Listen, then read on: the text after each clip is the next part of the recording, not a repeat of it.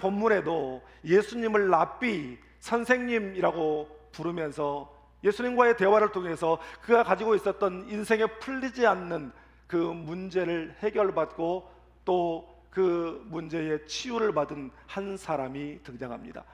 오늘 본문 1절 말씀은 그에 대한 세 가지 정보를 우리에게 주죠. 첫째로 그는 바리새인이었다는 것입니다.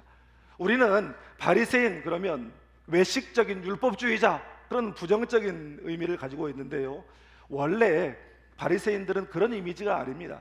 바리새라고 하는 말 자체가 구별되었다 이런 뜻이에요. 그러니까 일반 사람들과 구별된 신앙생활을 하는 사람들이다 그런 뜻이에요. 그래서 이 바리새인들은 무엇보다도 철저하게 율법을 지키는 사람들이었습니다. 그래서 율법에 정통한 율법학자들이 바리새인이었습니다. 두 번째, 그는 유대인의 지도자 중에 한 사람이었다라고 말하고 있습니다. 이 바리새인도 이미 지도자입니다만 이 본문의 지도자라고 하는 의미는 그런 의미가 아니에요. 이 지도자라고 하는 말에 보면 각주 번호가 붙어 있고 그 페이지 맨 아래에 보면 또는 산헤드린 공회원이라고 그렇게 기록되어져 있습니다. 예수님 당시에 산헤드린 공회원이라고 하는 것은요, 이 71인으로 구성된 종교, 행정, 사법을 총괄하는 통합 권력기관이 산헤드린 공회원이었습니다. 우리나라는 국회의원이 300명이죠. 그런데 이스라엘에는 이 산헤드린 공회원은 71명이었는데 우리 국회의원들은 입법하는 일만 하잖아요. 그런데 산헤드린 공회의원들은 종교의 최고 지도자들이요 뿐만 아니라 행정과 사법을 모두 다 총괄하는 그야말로 최고 권력 위에 서 있는 사람들이 산헤드린 공회의원들이었습니다. 70명의 의원과 그 해의 대제사장이 의장으로 있어서 71인으로 구성되어져 있죠. 여러분, 요즘에 뉴스를 통해서 가끔 듣듯이 이란에도 이슬람 최고 전문가 회의가 있습니다. 율법학자들로 구성되어 있어요. 바로 그 구약의 전통을 그 사람들이 그렇게 적용을 한 것입니다. 그런데 산헤드린 공회원들의 대부분은 정치 권력을 손에 쥐고 있는 사두개파들이 장악하고 있었어요. 그리고 극소수만이 바리새인들이 그 안에 들어가 있었는데 바로 이 사람이 바리새인이면서 산헤드린 공회원이 되었다라고 하는 것입니다. 대단한 사람이죠. 세 번째, 그의 이름은 누구라고요? 니고데모라고 말하고 있습니다. 그런데 니고데모라고 하는 사람의 이름의 뜻이 뭐냐면 정복자라고 하는 의미를 가지고 있어요. 그러니까 그 아버지가 야망이 대단했던 사람인 것이죠. 그 아들을 통해서 자신의 그 꿈을 실현해보고자 하는 그런 마음이 있었던 것입니다. 그야말로 최고 권력을 가지고 있었고 부와 명예, 그야말로 모든 것들을 다 가지고 있는 정복자와 같은 사람이 정복자답지 않게 한밤중에 예수님을 조용히 찾아왔다고 성경은 말하고 있습니다. 여러분, 그가 이 한밤중에 찾아왔다라고 하는 것이 물론 유대교 지도자로서 유대교에서 이단 취급을 하고 있는 예수라고 하는 청년을 떳떳하게 찾아갈 수 없었던 것도 있었겠지만, 특별히 요한복음이 그가 찾아온 시간이 밤이었다라고 기록하고 있는 것은 빛으로 이 땅에 오신 예수님과 대조하여 영적으로 어두운 상태에 있는, 캄캄한 상태에 있는 그의 영적 상태를 드러내기 위함이었던 것입니다. 그가 예수님을 찾아가서 온갖 미사 욕구를 동원해서 예수님을 추켜 세워요.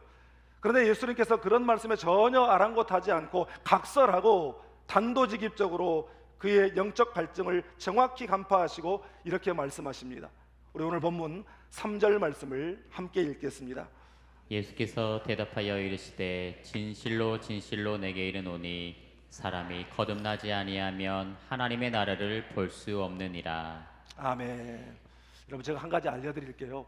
오늘 본문에도 예수님께서 내가 진실로 진실로 내게 이르노니 이 말씀을 3번이나 하시거든요. 그런데 복음서에 보면 예수님께서 종종 이 말씀을 하셔요. 그런데 진실로라고 하는 말은 헬라어로 아멘입니다. 그러니까 예수님께서 아멘 아멘 그러면서 말씀하신 것이죠. 여러분 아시다시피 아멘이라고 하는 말은 진실로 그렇습니다, 확실히 그렇습니다, 내가 믿습니다 하는 그런 의미가 있잖아요. 그러니까 예수님께서 내가 진실로 진실로 내게 이르노니 이 말씀은 내가 진짜로 진짜로 너한테 말한다 이런 뜻이에요. 여러분, 예수님께서 그냥 말씀하셔도 되는데 진실로 확실하게 그런 강조 용법을 사용하여 지금 말씀하시고 계신다라는 하는 것은 그 말씀이 그만큼 귀중하고 보배로운 말씀이다, 그런 뜻입니다. 다시 말해서 우리가 선생님들이 공부할 때 중요한다, 이 내용 꼭 시험에 나온다 그럼 뭐라고 그래요? 밑줄 짝, 그 다음에 별표 3개. 예수님이 그렇게 말씀하신 거예요. 그만큼 우리의 신앙생활에서 중요한 말씀을 선포하신 것입니다. 사랑하는 여러분, 오늘 말씀을 통해서 아직 거듭나지 못한 분들은 이 말씀을 통해서 확실히 거듭남을 체험하고, 이미 거듭난 분들은 거듭남에 대한 확신을 갖고 살아가게 되기를 주님의 이름으로 축복합니다. 먼저 오늘 본문 5절 말씀을 함께 읽겠습니다.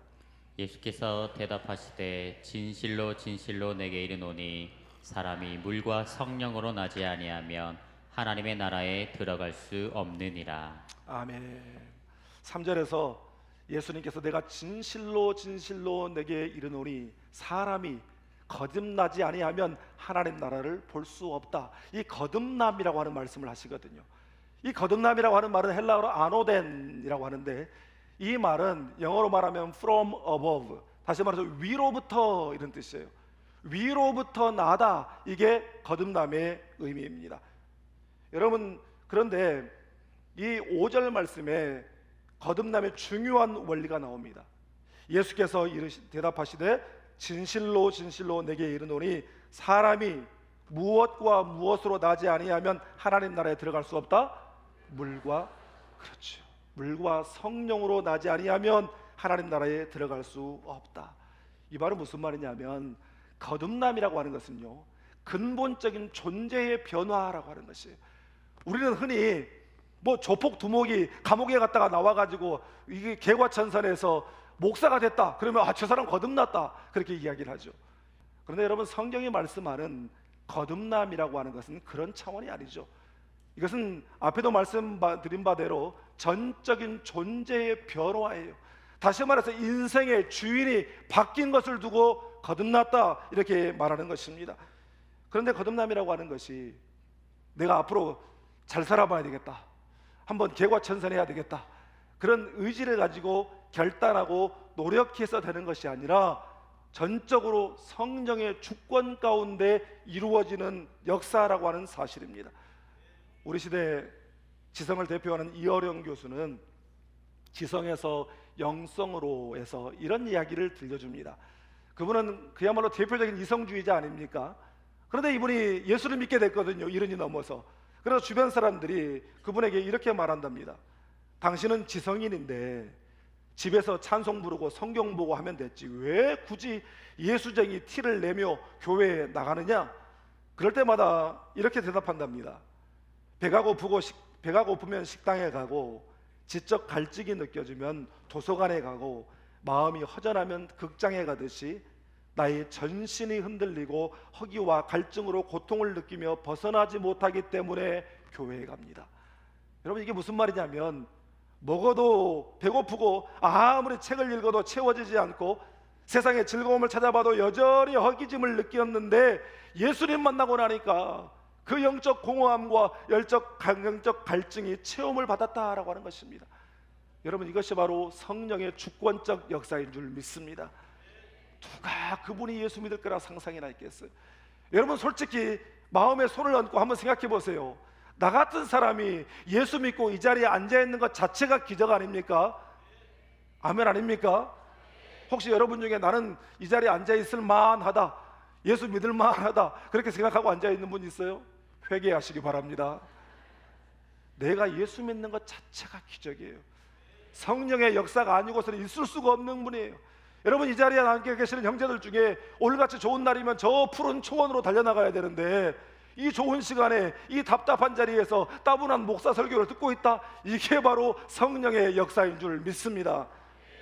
존 파이퍼 목사님이 거듭남이라고 하는 책에서 거듭남의 2가지 특징을 말하고 있어요. 하나는 무엇이냐면, 사람이 태어나는 과정에서 아기가 스스로 한 일이 없듯이 거듭남은 성령 하나님께서 위로부터 부어주시는 주권적이고 신비로운 새 창조의 기적이다. 그렇죠. 아이가 태어나는데 아이가 무슨 역할을 해요? 아무 역할을 하는 게 없어요. 성령 하나님께서 우리에게 부어주시는 주권적이고 신비적인 그런 기적의 새 창조의 역사라는 것입니다. 두 번째는, 이 말은 참 중요한 말씀인데, 영적 미각의 변화라는 것입니다.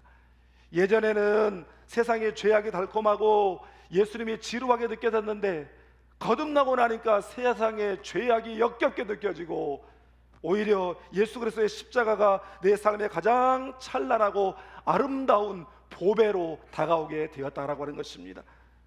그래서 에스겔 36장 2절은 이렇게 말씀합니다. 또 내 영을 너희 속에 두고 새 마음을 너희에게 주되 너희 육신에서 굳은 마음을 제거하고 부드러운 마음을 줄 것이며, 새 영이 부어질 때 새 마음이 창조되는 줄 믿습니다. 여러분, 복음을 거부하고 신앙생활을 거부하고 교회 나오기를 거부하는 가족의 영혼 구원과 남편의 삶의 변화, 아내의 삶의 변화, 자녀의 삶의 변화는 잔소리로 되는 것이 아니잖아요. 그냥 억지로 공갈, 협박, 회유를 통해서 그가 예수 믿게 되고 변화되어지는 것이 아닙니다. 여러분, 오직 성령의 주권적인 역사 가운데 되어지는 일인 줄 믿습니다. 그래서 스가랴 선지자는 고백하잖아요. 이는 힘으로 되지 아니하고 능력으로 되지 아니하고 오직 여호와의 영으로 되느니라. 여러분, 그렇기 때문에 가족 구원을 위해서, 가족의 변화를 위해서 잔소리를 중단하십시오. 이제 해야 될 것은 성령님을 의지하는 것이에요. 성령 하나님 강권적으로 역사하여 주시옵소서. 더욱 기도하는 여러분 되시기를 주님의 이름으로 축복합니다. 다음으로 본문 14절 15절을 함께 읽겠습니다. 모세가 광야에서 뱀을 든 것 같이 인자도 들려야 하리니 이는 그를 믿는 자마다 영생을 얻게 하려 하심이니라. 아멘. 예수님께서 분명히 이 거듭남은 성령께서 주도적으로 이끌어 가시는 그런 역사라고 말씀하시는데, 무엇을 통해서 거듭나게 하시는가, 그 방법을 말씀하시면서 민수기 21장의 한 사건을 언급하십니다. 바로 이 민수기 21장의 이 사건은 출애굽 40년 광야를 지난 이 막바지에 다다랐을 때에 벌어진 사건이에요. 여러분 아시다시피 이스라엘 백성들이 애굽에서 나왔어요. 그래서 곧바로 가나안으로 가기까지는 2주일이면 충분히 걸어갈 수 있는 그런 가까운 거리였어요. 시내산에서 가데스 바네아까지 10하룻길이라고 성경이 분명히 말씀하고 있거든요. 그런데 여러분 어떻게 했습니까? 가데스 바네아에서 12명의 정탐꾼 사건 때문에 그 10명의 부정적인 보고를 듣고 이스라엘 백성들이 동요돼 가지고 하나님을 신뢰하지 못하고 원망하다가 10하룻길이면 갈 수 있는 거리가 며칠이 됐습니까? 40년이 됐어요. 그런데 우리가 흔히 대학에 가면 한 4년 정도 공부하잖아요. 그리고 더 전문적으로 공부하고 싶으면 한 3년 또 대학원에 가서 공부하고, 그러면 그 분야에 있어서는 전문가가 되고 상당히 탁월한 학식을 갖게 됩니다. 사람이 말이에요, 40년을 훈련했으면 어떻게 되냐면 생활의 달인이 돼야 돼. 눈 감고도 그냥 할 수 있어야 돼. 그런데 이스라엘 백성들을 하나님께서 광야로 집어넣어서 그 훈련을 받게 하신 이유가 뭐였느냐? 그들이 원망하는 그들의 체질 때문이었어요. 원망의 체질을 좀 바꿔보고자 광야로 몰아넣었는데 40년 훈련 다 마쳤나 싶었는데 또다시 원망하고 불평하는 거예요. 뭐라고 불평합니까? 배고파 죽겠네, 목말라 죽겠네, 이 하찮은 음식은 맛없어 죽겠네. 오늘 본문 이 15절 말씀에 이 하찮은 음식이 뭘 가리켜요? 교사들 그렇게 하면 안 되죠. 학생들한테 물어보면 크게 대답하라고 하면서, 이 하찮은 음식이 뭐예요? 오호, 지금 이스라엘 백성들이 원망하고 불평하면서 이 하찮은 음식이라고 말하는 것은 만나입니다. 만나. 여러분, 만나가 어떤 것이에요? 그들이 열심히 땀 흘리고 일해서 곡식 거두어서 빻아가지고 만든 게 만납니까? 잠자고 일어났더니 지면에 깔린 게 만나였어요. 하늘 양식이에요. 기적같이 내린 그런 양식이었습니다. 놀랍도록 하나님께서 40년 지나는 동안 그치지 않고 내려주셨던 은혜의 양식이었어요. 어떤 사람들은 그 밀가루 맨날 먹으면 맛도 없을 텐데, 여러분 생각해 보세요. 40년 동안 다른 특식 제공하지 않고 계속 만나만 먹었어요. 만나를 먹었는데 영양실조 걸려 죽은 사람이 있다 없다? 없어요. 하나님께서 온갖 첨단 기술을 동원해서 정말 좋은 거 다 때려 부어가지고 엑기스로 만들어낸 그 시리얼이 바로 만나예요. 그런데 그런 하늘 양식, 기적의 양식, 은혜의 양식을 뭐라고요? 이 하찮은 음식이라고. 여러분, 하나님이 주시는 것은 하찮은 것이 없는 줄 믿습니다. 우리 한번 따라서 합시다. 하나님이 주시는 것은 그 어떤 것도 절대로 하찮은 것이 없다. 아멘. 하나님이 주시는 것은 하찮은 것이 없어요. 하나님이 주시는 것은 은혜입니다. 하나님이 주시는 것은 축복입니다. 하나님이 주시는 것을 감사함으로 받으면 그것이 우리에게 능력이 되는 줄 믿습니다. 그런데 이스라엘 백성들이 그걸 모르고 이 하찮은 음식이니 뭐니 원망하고 불평하다가 하나님이 불뱀을 보내셔서 그들이 다 불뱀에 물리게 되었습니다. 말 조심해야 돼요. 학자들은 이 불뱀을 중동 지역에 서식하는 코브라다 이렇게 말을 하는데, 저는 코브라인지 살모사인지 그건 잘 모르겠고, 이 이스라엘 백성들이 히브리어로 뱀은요 나하부라고 하거든요. 그런데 나하부라고 하지 않고 이것을 사라프라고 하는 단어를 썼거든요. 사라프라고 하는 단어는 원래 뱀의 이름이 아니라 불꽃처럼 타오르다 이런 뜻이에요. 그래서 여러분, 요한계시록에 보면 하나님 보좌 앞에 지켜 수종드는 천사들이 누구냐면 스랍이거든요. 이 스랍이 사라프입니다. 똑같은 단어를 쓰고 있어요. 그런데 왜 이 불뱀을 사라프라고 했냐면, 이 뱀에 물리기만 하면 불에 타는 것처럼 막 뜨겁고 고통을 느낀다. 그래서 그 뱀의 별명이 사라프였지 않았나 싶습니다. 그런데 이 뱀에 물리게 되면 그 사람의 몸 안에서 독이 퍼지면서 서서히 고통을 느껴가면서 죽어가게 되는 것이에요. 이스라엘 백성들이 모세에게 달려왔습니다. 제발 하나님께 기도해서 우리 좀 살려주십시오. 모세가 하나님 앞에 기도했습니다. 그런데 하나님께서 처방을 내려주시는데, 여호와께서 모세에게 이르시되 불뱀을 만들어 장대 위에 매달아라. 물린 자마다 그것을 보면 살리라. 불뱀을 만들어 장대에 매달아라. 그것을 보면 물린 자마다 살리라. 그 다음 절에 보니까 그 불뱀을 놋뱀으로 만들었다. 다시 말해서 구리뱀이에요. 청동으로 그 모양을 만들어서 장대에 매달았다, 이런 뜻이죠. 아니, 지금 사람이 뱀에 물려가지고 죽어가고 있고 하나님 앞에 기도했으면 하나님께서 하늘에서 만다를 내려주시는 것처럼 연고라도 좀 짜주시든지, 아니면 어디에 가서 이러이러하게 하면 그 해독제를 만들 수 있다라고 하는 처방을 좀 알려주시든지, 하다못해 광야에 널려있는 알로에라도 좀 따다가 껍질 까서 좀 붙여봐, 이렇게 말씀을 해주셔야 되는데 너무나 황당한 말씀을 하시는 거잖아요. 놋뱀을 만들어 장대에 매달아라. 그것을 보는 자마다 살리라. 왜 황당해요? 너무나 쉬운 말씀을 하시기 때문에 황당하게 느껴지는 것입니다. 장대 위에 걸린 놋뱀을 바라보라. 그러면 살리라. 하나님은 약을 주신 것이 아니라 약속을 주신 것인 줄 믿습니다. 그리고 그 약속을 의심하지 않고 믿고 바라본 자들은 다 살게 되었습니다. 여러분, 그 놋뱀이 무슨 영험한 능력이 있어서 산 게 아니죠. 그 놋뱀의 능력이 있어서 산 것이 아니라 하나님의 약속의 능력이 있기 때문에 살게 된 줄 믿습니다. 그리고 예수님 말씀하십니다. 인자도 들려야 하리니 이는 그를 믿는 자마다 영생을 얻게 하려 하심이니라. 모세가 높이 들어올린 그 놋뱀을 바라볼 때에 놋뱀에 물려 죽어가던 그 독으로 말미암아 죽어가던 백성들이 치유받고 살아난 것처럼, 십자가에 달리신 예수 그리스도를 바라볼 때 죽었던 영혼이 다시 생명을 얻게 되는 새 창조의 역사가 주어지게 되는 것입니다.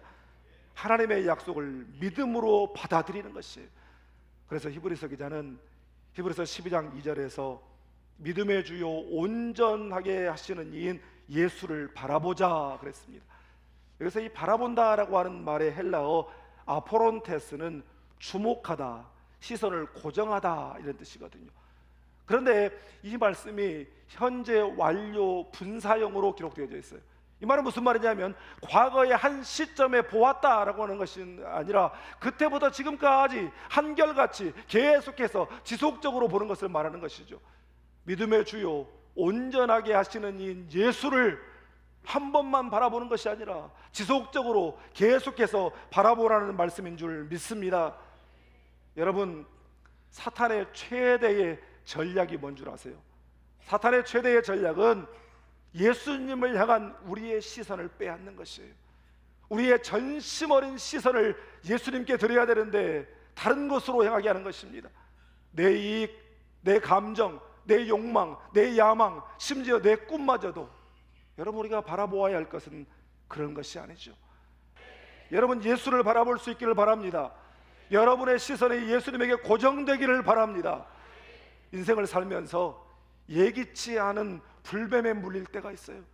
그런데 여러분, 어떠한 불뱀에 물렸든지 십자가에 달리신 예수님을 바라볼 때 살게 되는 줄 믿습니다. 하나님이 우리에게 주신 생명의 유일한 처방법임을 믿으시기를 바랍니다. 우리의 시선이 불뱀에 고정될 이유가 없어요. 우리의 시선이 상처에 고정될 이유가 없어요. 아니, 의미가 없죠. 우리 앞에 인자가 들려 있습니다. 십자가가 들려 있습니다. 바라보기만 하면 되는 것입니다. 믿음으로 바라볼 때에 치유가 일어나고 믿음으로 바라볼 때에 생명의 역사가 일어나게 되는 줄 믿습니다. 험한 십자가에 주가 흘린 피를 믿는 마음으로 바라보리. 나를 용서하고 내 죄 사하시려 주가 흘리신 보혈이라. 최후 승리를 얻기까지 주의 십자가 사랑하리. 빛난 면류관 받기까지 험한 십자가 붙들겠네. 할렐루야. 하나님이 세상을 이처럼 사랑하사 독생자를 주셨습니다.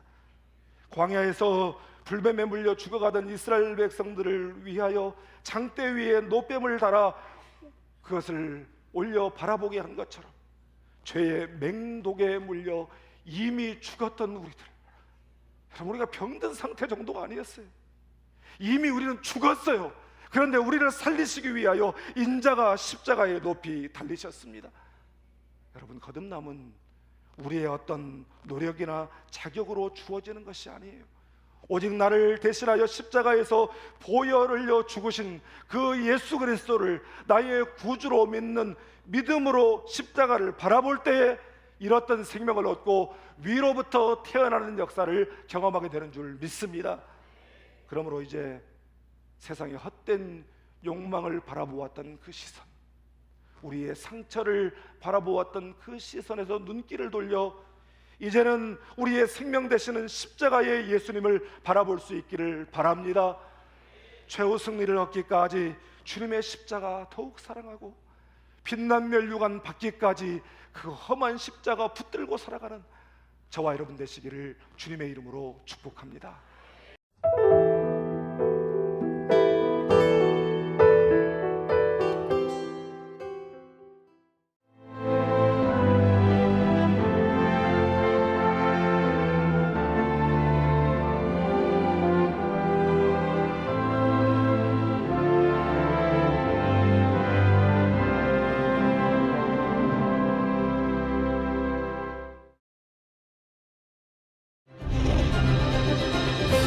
기회는 준비된 도시를 선택합니다.